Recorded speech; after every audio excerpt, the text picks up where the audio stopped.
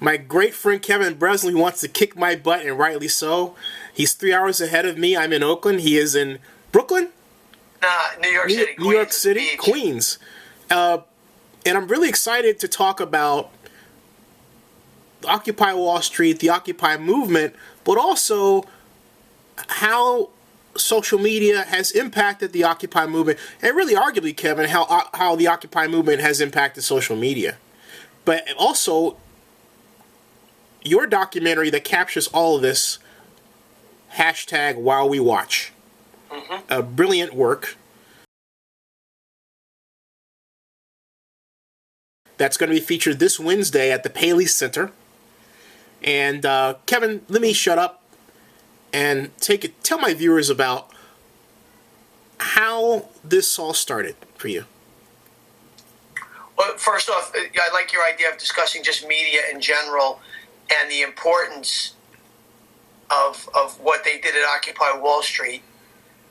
Aside from the social issues, which are significant for all or anybody who's a 99%er, and maybe someone who's in the 1% who cares, they did something that I don't even think they realized that they were going to have this sort of monumental impact on social media in America, telling your story, and through your story, that you're preserving your human rights to free speech, to assemble, and to tell your story without, if you have a bona fide press pass or not, that every citizen is allowed to, in the Constitution, to tell a story. And they did this as citizen journalists, and much to the dismay of, say, the New York Police Department, who said, if you don't have a press pass on, get out of the park, especially during the raid at Zuccotti that night.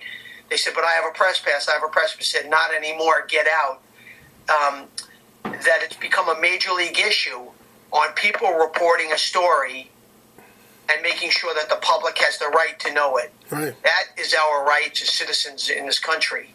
And the occupiers at Wall Street did this. They bought their own cheap cameras. They told the story. They risked getting smashed with billy clubs. It got very violent in there at times. Not all the time. Most of the time it was very calm. It was people discussing all the problems in this country. But there were moments, the macing, as you had at UC Davis, Philly and San Francisco. This is your backyard and my backyard. They're no different. Or Seattle, or Nashville, or Miami, or Cleveland, or Boston.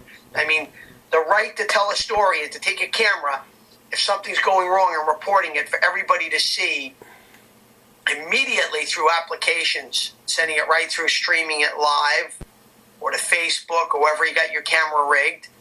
We've seen a new dawn in immediacy of reporting. One moment, please.